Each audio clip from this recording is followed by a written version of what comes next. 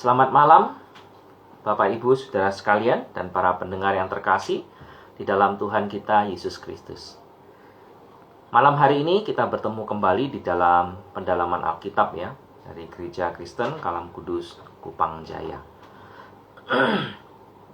Nah, rekan-rekan sekalian, sebelum kita akan memulai, kita bersama-sama dapat berdoa terlebih dahulu ya. Selamat malam, Bu Betty. Mari kita berdoa ya. Allah Bapa di dalam kerajaan surga, yang kami panggil di dalam nama Kristus Yesus, Tuhan dan Juru Selamat kami. Akan kasih dan kemurahan Tuhan dalam hidup kami hari demi hari. Dan bahkan pada malam hari ini kami masih dapat diberikan kesempatan untuk dapat sekali lagi untuk bersama belajar dalam renungan firman Tuhan, khususnya di dalam pendalaman Alkitab bagi Jemaat Gereja Kristen Kalam Kudus Kupang Jaya. Bila Tuhan menolong kami dalam pembacaan firman, bahkan juga di dalam pendalaman firman pada malam hari ini.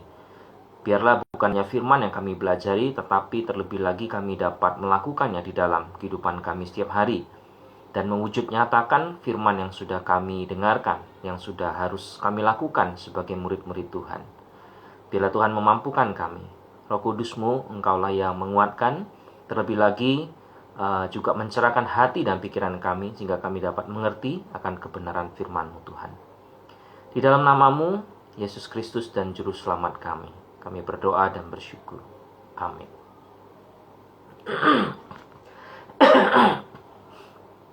Ya, selamat malam kepada teman-teman ya. Ada Bu Betty, kemudian Elis, kemudian juga ada Lause ya. Selamat malam.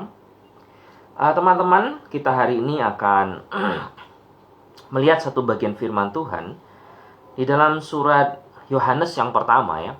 Surat Yohanes yang pertama, pasal yang kedua, ayat yang ke-7 sampai yang ke-17. 1 Yohanes pasal yang kedua, ayat yang ke-7 sampai yang ke-17.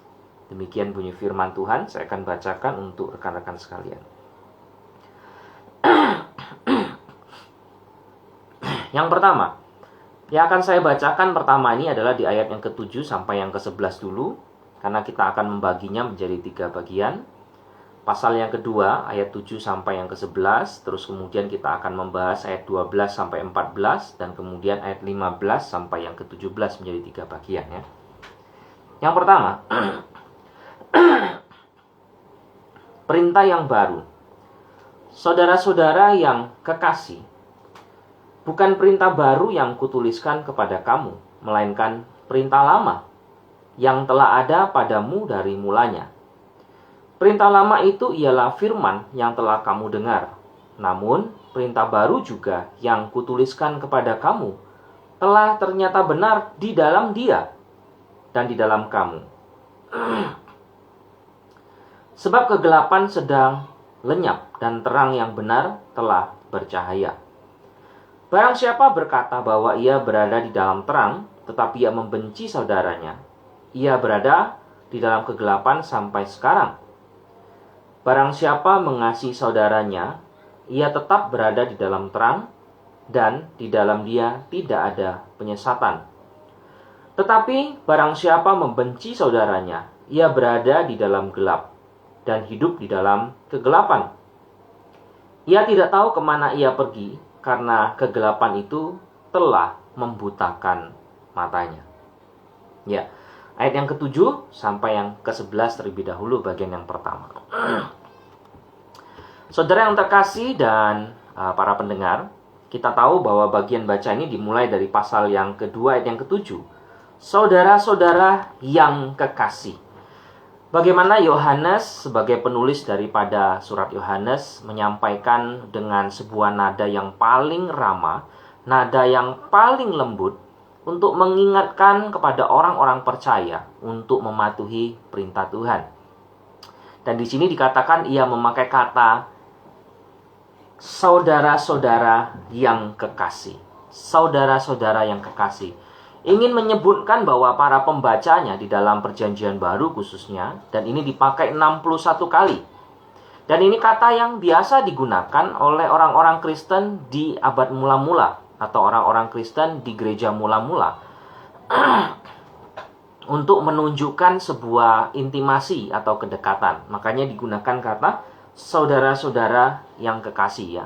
Kenapa? Ini untuk menunjukkan sebuah kedekatan, intimasi di dalam Tuhan. Jadi nasihat yang disampaikan oleh Yohanes ini sebenarnya bukanlah perintah baru. Kenapa?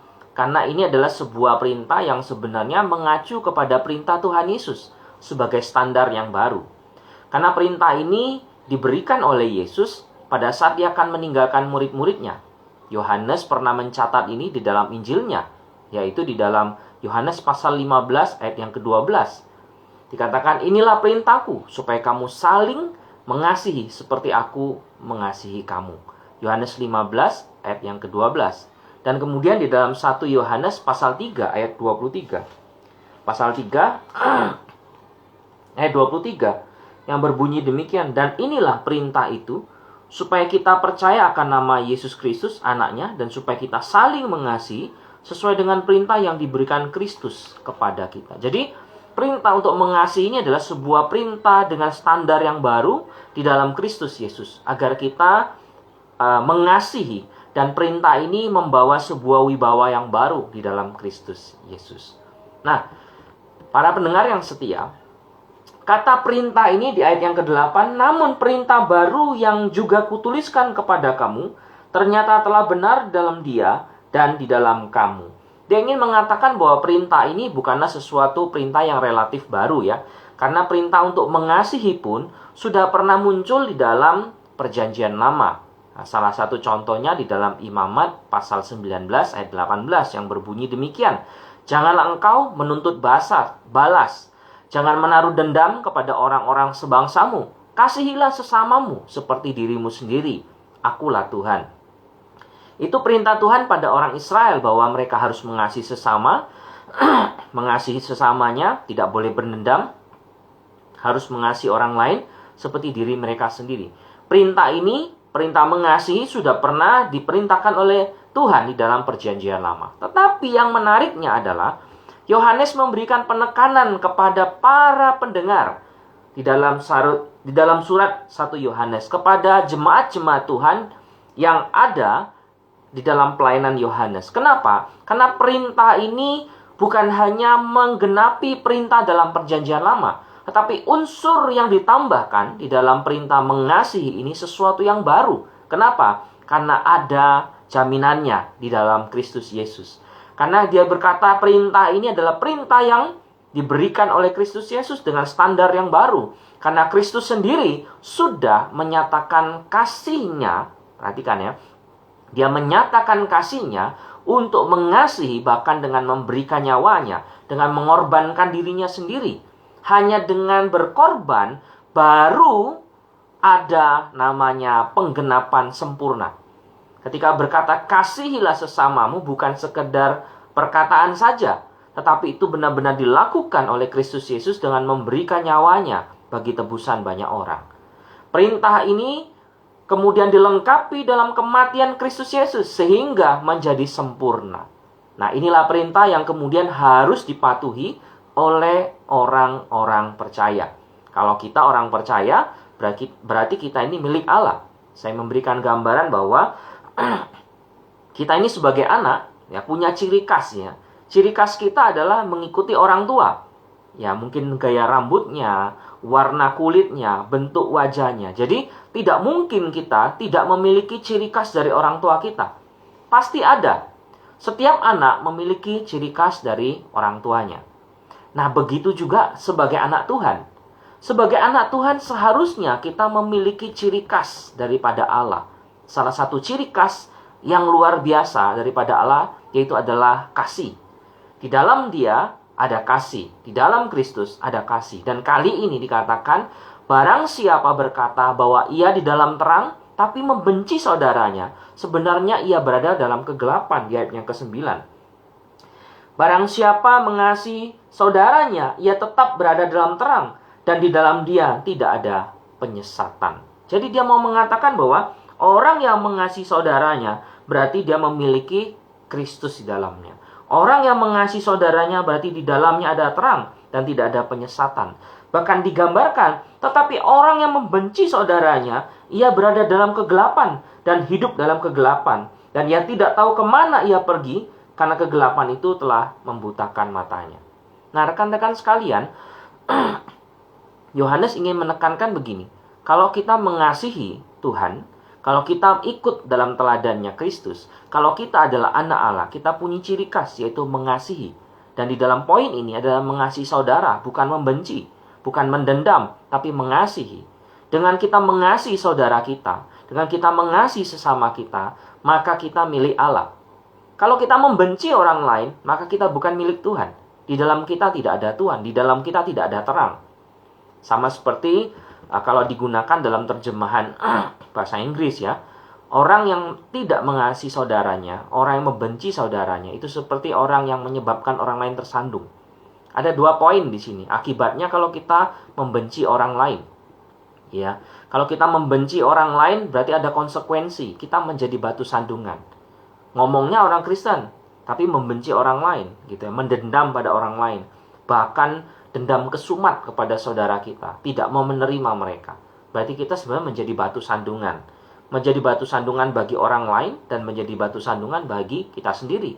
Yang kedua, konsekuensinya kalau kita tidak mengasihi orang lain, kita membenci, yaitu adalah kita menjatuhkan diri sendiri.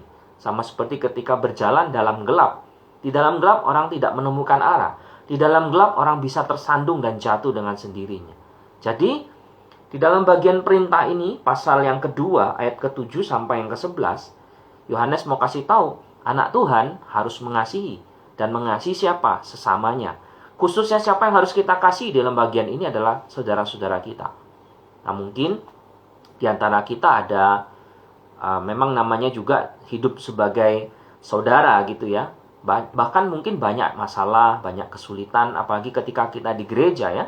Sesama anggota pelayanan, ada clash gitu ya, ada ketidakcocokan dan sebagainya, itu dialami siapa saja. Tapi marilah kita melalui firman kali ini kita diingatkan, anak Tuhan haruslah mengasihi dan tidak membenci. Kita harus mengasihi, kemudian kita harus juga melayani, dan kita juga harus mengikuti teladan Tuhan. Jangan sampai kita membenci. Nah, mohon ampunlah sama Tuhan, termasuk kita juga, termasuk saya sendiri, memohon ampun jika kita sendiri mengalami sebagai orang Kristen, kita tidak bisa mengampuni saudara kita. Poin yang pertama. Poin yang kedua, ayat yang ke-12 sampai yang ke-14. Demikian bunyi firman Tuhan ya. Aku menulis kepada kamu, hai anak-anak, sebab dosamu telah diampuni oleh karena namanya. Aku menulis kepada kamu, hai bapak-bapak, karena kamu telah mengenal Dia yang ada dari mulanya. Aku menulis kepada kamu, hai orang-orang muda, karena kamu telah mengalahkan yang jahat. Aku menulis kepada kamu, hai anak-anak, karena kamu mengenal Bapa. Aku menulis kepada kamu, hai bapak-bapak, karena kamu mengenal Dia yang ada dari mulanya. Aku menulis kepada kamu, hai orang-orang muda, karena kamu kuat dan firman Allah diam di dalam kamu, dan kamu telah mengalahkan yang jahat. Sekali lagi, pasal ini menjadi perikop yang kedua. Pasal yang kedua ayat 12 sampai yang ke-14. Ini adalah nasihat, sekali lagi kembali ini nasihat dari Rasul Yohanes ditujukan kepada jemaat-jemaat Tuhan ya. Dan kemudian kita melihat bahwa dalam bagian poin ini adalah sebuah nasihat ya, yang diberikan kepada orang tua gitu ya, diberikan kepada orang muda, dan bahkan juga diberikan kepada anak-anak. Nasihat ini diharapkan sungguh-sungguh dapat dijalankan oleh baik orang muda, anak-anak maupun orang tua. Artinya dalam setiap kelompok generasi ketika mendengarkan bagian firman ini haruslah mengikutinya, melakukannya, dan menjalankannya dalam kehidupan kita sehari-hari. Nah, 2 kali nasihat ini sebenarnya untuk menekankan kepada kita dalam golongan apapun dalam persekutuan kita, entah kita anak-anak, pemuda, ataupun orang tua, kita diingatkan bahwa kita orang-orang yang sudah mengenal Allah, sudah mengenal Bapa yang sama, mengalami pengampunan dari Kristus akan dosa. Jadi saudara-saudara sekalian, dasar kita bersekutu, dasar kita di dalam sebuah komunitas, dasar kita di dalam kelompok-kelompok komunitas Kristen, itu adalah orang-orang yang sudah mengenal Tuhan Yesus, orang-orang yang sudah diampuni, orang-orang yang sudah hidup di dalam Kristus. Perhatikan sekali lagi ya. Jadi dasar kita di dalam persekutuan itu karena kita sudah mengenal Bapa, menerima Dia sebagai Tuhan dan Juru Selamat, dan mengalami pengampunan dalam Kristus Yesus. Jadi sebenarnya kalau kita sendiri sudah mengalami semua itu, seharusnya kita menjadi orang-orang yang kemudian melihat ya, mengingat kepada diri kita bahwa kita ini adalah orang yang sudah diampuni, orang-orang yang sudah mengenal Tuhan. Seharusnya sejak semula kita adalah orang-orang yang bisa melakukan yang terbaik bagi Tuhan. Maksudnya apa?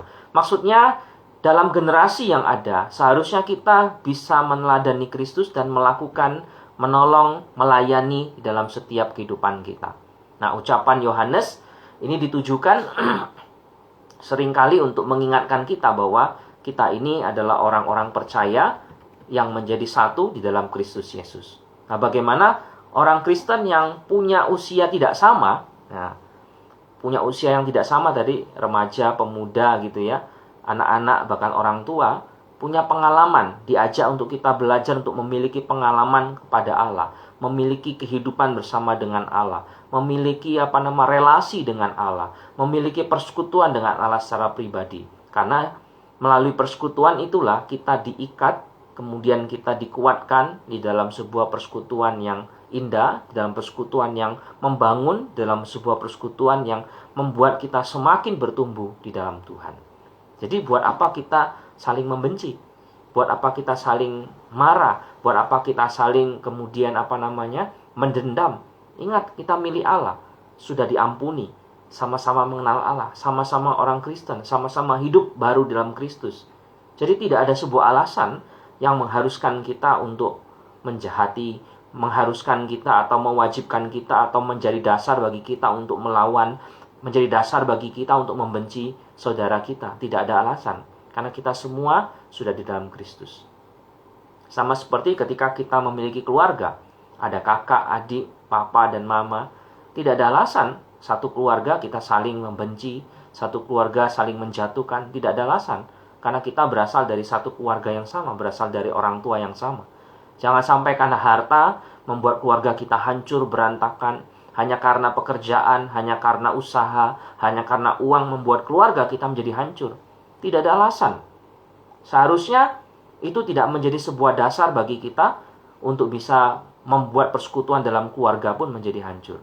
Jadi ingatlah, kita adalah orang percaya di dalam Kristus yang sudah diampuni. Kemudian poin yang ketiga. Ya. Poin yang ketiga ayat yang ke-15 sampai yang ke-17. Kita lihat ya. Ayat 15 sampai 17 bunyinya demikian. Janganlah kamu mengasihi dunia dan apa yang ada di dalamnya. Jikalau orang mengasihi dunia, maka kasih akan Bapa tidak ada di dalam orang itu. Sebab semua yang ada di dalam dunia, yaitu keinginan daging dan keinginan mata, serta keangkuhan hidup, bukan berasal dari Bapa, melainkan dari dunia. Dan dunia ini sedang lenyap dengan keinginannya. Tetapi orang yang melakukan kehendak Allah tetap hidup selama-lamanya. Nah, sebelum kita merenungkan perikop ini, kita harus pahami dulu arti kata dari dunia atau kosmos ya. Kata dunia ini menunjuk kepada segala tingkat materi yang ada di dalam dunia. Dunia ini adalah diciptakan oleh Allah. Tidak ada maksud negatif ya. Tidak ada maksud negatif seperti yang dituliskan di dalam bagian 1 Yohanes pasal 4 ayat 9. Allah telah mengutus anaknya yang tunggal ke dalam dunia. Ya, tidak ada maksud negatif. Artinya, selain daripada kata itu, kata dunia juga dapat digambarkan sebagai orang-orang ada dalam dunia. Bukan hanya dikasihi oleh Allah, tapi semua orang itu dikatakan bagian di dalam dunia. Nah, yang dikemukakan Yohanes di sini bukan termasuk semua yang dibicarakan di atas.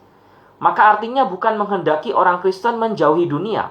Jadi ada orang bilang dunia itu tempat orang jahat, dunia itu adalah hal yang jahat, dunia itu adalah penuh dengan penuh dengan godaan dan sebagainya. Bukan. Dunia ini penuh dengan kerusakan. Bukan hanya itu saja. Yang dimaksud oleh Yohanes di dalam bagian ini, bahwa dunia ini adalah yang diciptakan oleh Allah, manusia yang di dalamnya, dan orang-orang yang dikhususkan dalamnya, hendaklah saling melindungi. Dan artinya Tuhan ingin mengatakan kepada kita bahwa Dia mengasihi manusia di dalam dunia, dan Dia juga mengasihi alam. Dia mengasihi seluruh dunia yang ada di dalamnya. Oke? Nah, Yohanes memberikan perintah kepada kita, jangan kita mengasihi dunia dan apa yang ada di dalamnya. Ini jelas menunjukkan sebuah bagaimana ya? Yohanes ingin menunjukkan bahwa ada 3 alasan untuk kita tidak mengasihi dunia. Dunia di dalam bagian ini bukan artinya orangnya ya, bukan orang atau bukan juga materi yang ada di dalamnya, bukan. Tetapi yang diinginkan oleh Yohanes ada 3 hal. Yang pertama, orang jika mengasihi dunia, maka di dalam dia tidak ada hati yang mengasihi Bapa. Yohanes bukan untuk meletakkan bahwa mengasihi dunia dan mengasihi Bapa itu sebuah hal yang bisa berjalan bersama-sama, bukan. Bagi dia, jika kita mengasihi dunia, maka kita tidak akan mengasihi Allah. Maka 2 ini tidak bisa berjalan bersama-sama. Kita harus memilih mau mengasihi Allah atau mengasihi dunia. Yang kedua, karena segala kefasikan di dunia, itu keinginan daging, keangkuhan hidup, semua bukan berasal dari Bapa. Ya, jadi bukan saja keduanya tidak dapat berjalan bersama, bahkan semua kefasikan yang ada itu memusuhi Allah dan anak-anak Allah. Jadi ketika dia berkata tentang ayat yang ke-15, jangan kamu mengasihi dunia dan apa yang ada di dalamnya. Bukan berbicara tentang manusia ya. Bukan bicara tentang semua orang, bukan berbicara tentang alam, tidak. Tapi berbicara tentang kefasikan, keinginan dunia, keinginan mata, keangkuhan hidup, itu bukan berasal dari Bapa. Jadi kita tidak bisa hidup bersama-sama dengan dunia. Artinya di dalam kedagingan dan keinginan duniawi. Yang ketiga, dunia ini adalah penuh dengan nafsu dan keinginan. Semuanya hanya akan membawa kita kepada kematian kekal. Hanya mentaati Allah saja yang akan membuat kita masuk ke dalam kerajaan Allah. Taat kepada Allah saja yang akan membawa kita kepada kekekalan. Jadi Yohanes memberikan 3 contoh tentang keinginan dunia. Di situ dikatakan keinginan dunia itu adalah keinginan daging, ya, sebab di dalam dunia adalah keinginan daging, keinginan mata, serta keangkuhan hidup. Semua itu bukan berasal dari Bapa, melainkan dari dunia. Jadi keinginan daging, keinginan mata, kesombongan hidup, keangkuhan hidup, semua dari dunia. Dan kita diminta untuk apa? Meninggalkan semuanya itu. Karena dua-duanya tidak bisa jalan bersama-sama. Mengasihi Allah dengan mengasihi dunia ini. Ya, keinginan dunia, godaan dunia tidak bisa berjalan bersama-sama. Harus ditinggalkan. Meninggalkan dunia dan mengikuti jalan Allah. Untuk mendapatkan kehidupan yang kekal. Nah, saudara-saudara sekalian, apa yang hari ini kita kejar? Apa yang hari ini menjadi keuntungan bagi kita? Dan apa yang hari ini yang akan menjadi fokus hidup kita? Nah, biarlah juga melalui firman hari ini kita diingatkan bahwa kita bukanlah milik dunia. Dan kita bukanlah orang-orang yang akan tinggal di dalam dunia seterusnya. Tapi kita menjadi milik Allah. Seharusnya kita ikut kepada Allah dan taat kepadanya saja. Nah, Bapak Ibu Saudara sekalian, ada beberapa poin yang ingin saya sampaikan kepada kita. Yang pertama ya, sekali lagi tadi, orang di dalam Tuhan itu sudah diampuni. Orang dalam Tuhan harus mengasihi saudara-saudaranya. Tidak terkecuali ya, itu harus dilakukan oleh kita. Karena kita milik Allah, bukan hidup di dalam kegelapan, dan kita bukan lagi menjadi milik dunia. Yang kedua, kita tidak punya sebuah alasan apapun untuk membuat kita bermusuhan dengan saudara kita. Karena kita sama-sama milik Allah. Dan kita sudah diampuni oleh Allah sendiri. Dan kita harus ikut dalam sebuah persekutuan. Karena persekutuan yang indah bersama dengan saudara-saudara kita saling membangun. Saling membangun diri kita, saling membangun rohani kita, dan juga memberi pertumbuhan dalam iman kita. Yang ketiga, kita harus ikut kepada jalan Allah, bukan mengasihi dunia. Karena hanya di dalam jalan Allah, kita mengikuti Allah sampai kepada kekekalan. Ketika kita mengikuti kepada dunia, maka pertumbuhan rohani, kehidupan kita itu tidak akan menjadi bertumbuh dengan baik.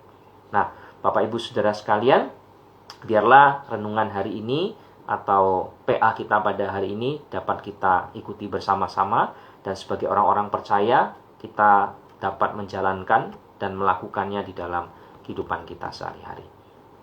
Amin. Mari kita berdoa. Bapa dalam surga, terima kasih pada malam hari ini kami ucapkan syukur untuk segala berkat dan kemurahan Engkau. Biarlah Tuhan menolong kami sebagai orang-orang percaya untuk mengikuti perintah Tuhan, mengasihi sesama kami, mengasihi saudara-saudara kami, menguatkan mereka, membawa mereka untuk terus-menerus bertumbuh dalam Tuhan.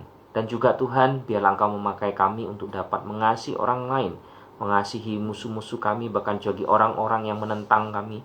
Tuhan, biarlah Engkau sendiri Tuhan memberikan kemampuan pada kami, memberikan kekuatan pada kami untuk dapat melakukan perintah-Mu Tuhan. Dan biarlah belajar kami Tuhan bahwa kami adalah orang-orang yang sudah Engkau tebus, orang-orang yang sudah Engkau ampuni. Biarlah kami juga menjadi berkat bagi orang lain, bukan menjadi batu sandungan. Tuhan, inilah permohonan kami. Biarlah juga Tuhan Engkau menolong jemaat Tuhan yang hadir hari ini, keluarga kami masing-masing dimanapun kami berada. Biarlah kami dengan firman yang ada diingatkan kembali bahwa seharusnya kami mengasihi orang-orang yang terdekat dengan kami, bahkan saudara-saudara seiman kami, dan kami juga harus memuliakan Tuhan dalam segala pekerjaan pelayanan kami. Terima kasih Tuhan, inilah seruan dan doa kami di dalam nama Kristus Yesus Juru Selamat. Kami berdoa dan bersyukur. Amin. Terima kasih Bapak, Ibu, dan Saudara sekalian. Tuhan Yesus memberkati. Selamat malam.